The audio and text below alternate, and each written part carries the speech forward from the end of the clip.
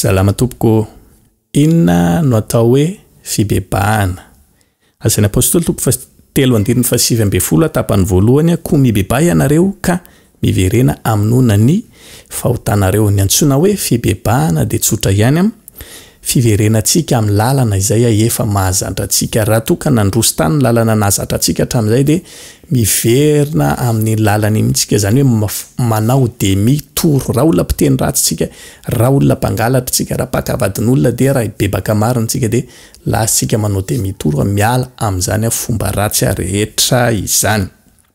Inona no antony tsy maintsy ibebahantsika? Isaia 7:12 amin'ny alalan'ny fibebahana irery ihany no ahafahantsika mandrava ny hevitra izay mampisaraka antsika amin'Andriamanitra. Dinina moa zany ny fahotana na ny eloka. Izay antony tsy maintsy ibebahantsika koa. Asan'ny apôstôly 3:7 famonoana ny fahotana. Mifameno zany ireo anakiroa ireo. Asan'ny apôstôly 2:2 izay antony tsy maintsy ibebahantsika dia tsotra ihany ny mba handraisantsika famelan-keloka. Tsy misy olona voavela eloka fotsiny tsotra zao raha tsy mibebaka marina. Ireto no teboka tsy maintsy hita ao anatin'ny antsoina hoe fibebahana marina. Tsy maintsy mandalo an'ireto adingana ireto isika. Misy ny antsoina hoe fibebahana tena izy dia misy ny antsoina hoe fibebahana sandoka. Ny fibebahana tena izy raha toa ka mibebaka androany hoe tsy hangalatra intsony, tsy mangalatra intsony mihitsy ako aorianan'izay, ratsy sanatria mbaka hoe solafaka tamika. Tsika mantsy olombelona dia mety ho solafaka tamika ihany eny an-tenantenany eny. Fa ny hoe mpangalatra ako dia nibebaka ako dia nefa tohizako fona ihany le fomba ataoko ao aorianan'iny dia tsy tena fibebahana zay. Ilay nidirako fa fibebahana kisaritsariny. Karaha ty-tsika ny tena hita ao anatin'ny antsoina hoe fibebahana tena izy na ilay tena antsoina hoe authentique mihitsiny dia ireto teboka dimy reto anakeny reto no tsy maintsy hita eo amin'izany fibebahantsika izay vakiony ao amin'ny Luka 7:12 sy ny Luka 5:10 amin'ny tantaran'i Zakaios sy ilay zanak'Adala dia ho azontsika tsara ny antsoina hoe fibebahana tena marina. Teboka voalohany misy ny antsoina hoe fanenenana. Tsy maintsy manenana aloha tsika ny amin'ny ratsy izay vitantsika. Ohatrina ny fanenenana dia miditra amin'ny antsoina hoe fiaikena. Isika mila manaika ny amin'ireo ratsy rehetra izay vitantsika. Rehefa vita ny fiaikena dia izay tsika vao miditra ao anatin'ny hoe fifonana. Mila mifontsika tamin'ireny zavatra maro vitantsika ireny. Rehefa avy ny fontsika dia misy ny antsoina hoe fialana. Mila ialana tompoko io zavatra ny fonantsika io. Raha toa ka miaraka amin'ny vadin'olontsika ka mifona sy mibebaka amin'Andriamanitra dia tsy hoe mifona dia mijanona fotsiny eo zany, tsy maintsy miala midebarasian'iny faharatsiana sy fahotana intsika.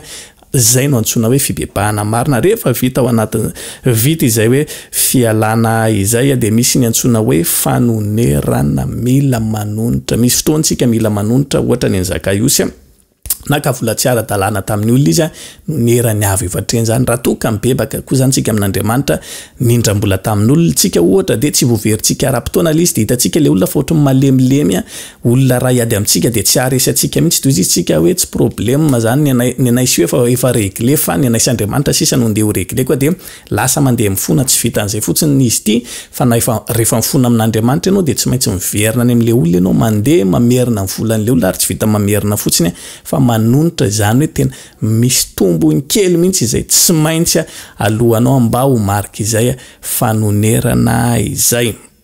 Zay no vita izany rehetrarehetra zany. Zay no antsoina hoe fibebahana tena marina. Izy ary ny olona tokony bebaka, ianao ary sa zany tokony bebaka. Sy ny apôstôly 7:13 ny olombelona rehetra. Tsy misy akanava io na hoe iza na mpanankarena na mantra fa ny olombelona rehetra satria isika rehetra dia teraka tao anatin'io olona mpanota avokoa ka mila mibebaka. Inona raha ny tombontsoa azon'ny olona mibebaka marina? Mateo 7:2 ny amin'ny fandovana ny fanjakan'ny lanitra. Ka ity fandovana ny fanjakan'ny lanitra ity tsy ilay ovantanina ratra ihany an-danitra ihany kory fa dia mbola eto ambonin'ny tany dia afaka ny andovana zany fanjakan'ny lanitra izany tsika araka izay vavaka nataon'i Jesosy ny eto tahaka ny eny an-danitra. Rehefa mibebaka marina tsika zay tsika voa afaka miditra mandovana zany fanjakan'ny lanitra na dia mbola eto ambonin'ny tany ihany azy. Asan'ny apôstôly 2:2 ndraisana fa milankeloka sy ny fanamasina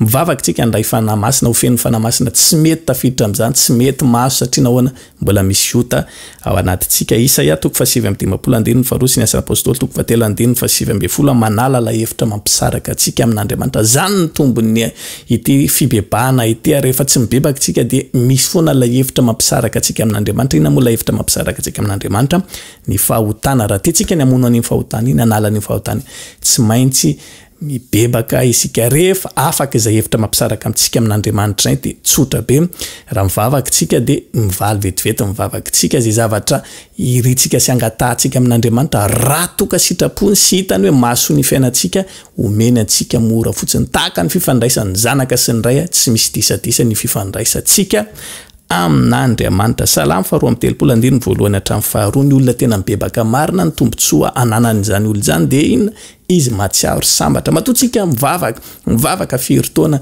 to tsy mahatsiaro fiadanana sy fahasambarana mihitsy eo amin'ny fiainantsika fa mitaitaindava faorindava sy ny sisany ao anatintsika mananaty mpanatsy mety miala mihitsy ao anaty satria nahoana isika dia tsy mbola tafiditra anatin'ilay tena fibebahana marina noho izany amidira amin'ny antsona hoe fibebahana tena marina mba ahafahantsika mandray sy manana an'izany tena hoe fahasambarana izany ao anatintsika obolana 7:13 andraisana fanambinana sy famindrapo averiko foana ny hoe tsy mila resahana be na toriana be zany hoe mitahandriamanitra rehefa manome an'izao ianao dia omen'Andriamanitra tahaka izao ianao hoe tahaka tsy mila resahana tompoko izany fa rehefa mibebaka marintsika avy hatrany dia omen'Andriamanitra atsika izay fanambinana sahaza tokony ho atsika eo amin'ny fiainantsika noho izany mba ho hibebaka marina manasa antsika rehetra ny tenin'Andriamanitra amin'ny tian'io ity raha mbola tsy niditra tao anatin'izany tsika raha mbola tsy vita fihavanana tamin'Andriamanitra marina isika fotoanan'io